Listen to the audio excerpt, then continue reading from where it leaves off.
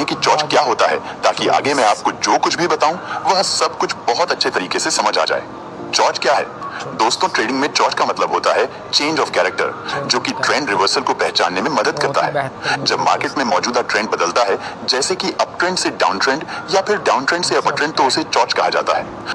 अपर trend के दौरान जब मार्केट अपने पिछले हायर लो को ब्रेक करता है, तो उस ब्रेक वाले पॉइंट को हम चॉच कहते हैं, यानी कि change of character.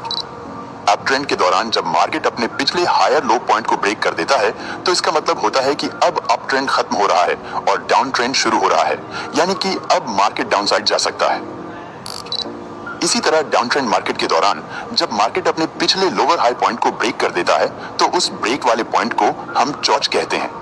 Down trend के दौरान जब मार्केट अपने पिछले लोअर हाई पॉइंट को ब्रेक कर देता है, तो इसका मतलब होता है कि अब डाउन ट्रेंड खत्म हो रहा है और अप ट्रेंड शुरू हो रहा है, यानी कि अब मार्केट अपसाइड जा सकता है।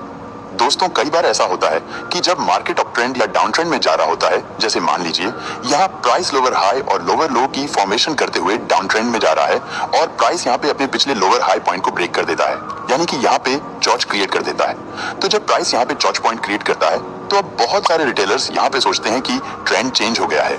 यही देखकर यहाँ पे बहुत सारे रिटेलर्स बाइंग करने लगते हैं। लोअर हाई और लोअर लो की फॉर्मेशन करते हुए डाउन ट्रेंड में जा रहा है और प्राइस यहाँ पे अपने पिछले लोअर हाई पॉइंट को ब्रेक कर देता है, यानी कि यहाँ पे चॉच क्रिएट कर देता है। तो जब प्राइस यहाँ पे चॉच पॉइंट क्रिएट करता है, तो अब बहुत सारे रिटेलर्स यहाँ पे सोचते हैं कि ट्रेंड चेंज हो गया है।